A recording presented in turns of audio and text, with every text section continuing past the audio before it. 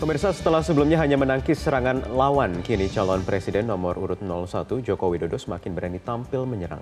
Ya, yang terakhir Jokowi menyinggung penggunaan propaganda Rusia dalam ranah Pilpres dalam negeri. Kami akan ajak Anda pemirsa untuk melihat faktanya bersama rekan Dade Salampesi di Newsroom Metro TV. Dade, jadi apa sebenarnya propaganda ala Rusia ini? Ya, Zakia, propaganda Rusia kembali mencuat atau lebih tepatnya baru mencuat ke publik setelah Presiden Joko Widodo mengungkapkan kekhawatirannya akan penggunaan propaganda Rusia ini di dalam negeri. Saya akan menginformasikan kepada Anda apa itu propaganda Rusia. Kita lihat dulu pernyataan dari calon presiden nomor urut 1 yang khawatir akan adanya propaganda Rusia di dalam negeri. Propaganda Rusia ya seperti itu. Semburkan dusta sebanyak-banyaknya, semburkan kebohongan sebanyak-banyaknya, semburkan hoax sebanyak-banyaknya, sehingga rakyat, masyarakat menjadi ragu. Awas hoax. Jadi karena khawatir akan adanya propaganda Rusia dimainkan di dalam negeri, Presiden Joko Widodo atau lebih tepatnya atribusinya sebagai calon presiden kemarin mengungkapkan akan kekhawatirannya adanya propaganda Rusia ini di dalam negeri. Ciri-cirinya sudah banyak kita lihat di sejumlah media mainstream maupun non-mainstream dan juga di media sosial, yaitu maraknya penyebaran disinformasi. Lalu apa bedanya antara disinformasi dan juga misinformasi? Kita lihat sama-sama. Jadi untuk membedakan antara misinformasi dengan disinformasi, kita bisa melihat dari tujuannya. Kalau misinformasi disebarkan tanpa tujuan atau bahasa simpelnya tidak sengaja. Sementara disinformasi menyebar informasi yang salah dengan sengaja. Di sini disebut untuk membuat informasi yang benar berkurang kebenarannya. Artinya di sini disinformasi memiliki tujuan dan sengaja dibuat. Sejauh ini pemirsa, bagaimana Anda melihat kekhawatiran calon Presiden Jokowi akan adanya pilpres yang tidak fair karena disebut Jokowi ada pihak yang menggunakan propaganda Rusia.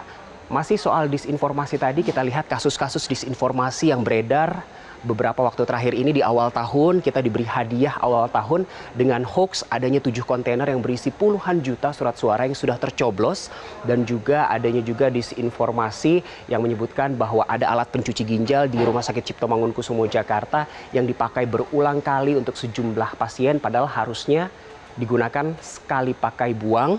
Dan juga ada yang menyebut, kita tahu bersama bahwa Indonesia rawan bubar begitu. Dan yang mungkin tidak akan pernah kita lupakan adalah kasus mega hoax Ratna Sarumpait. Kita lihat bersama, ini adalah kasus Ratna Sarumpait yang bermula pada 2 Oktober 2018 beredar di Facebook.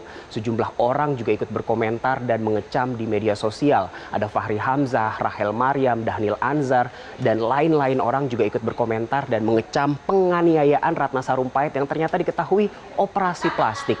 Di hari yang sama juga konvers digelar dan dihadiri oleh calon presiden nomor urut 02, dan di hari yang sama juga polisi menyatakan tidak menemukan adanya indikasi penganiayaan.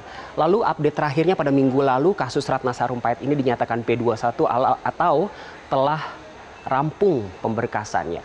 Kita patut mengapresiasi polisi karena akhirnya Ratna Sarumpait gagal melarikan diri ke Chile. Jadi pemirsa, terjawab sudah apa itu propaganda Rusia. Kita lihat dulu apa kata pengamat yang satu ini tentang propaganda Rusia, khususnya terkait dengan pemilihan presiden yang akan kita hadapi.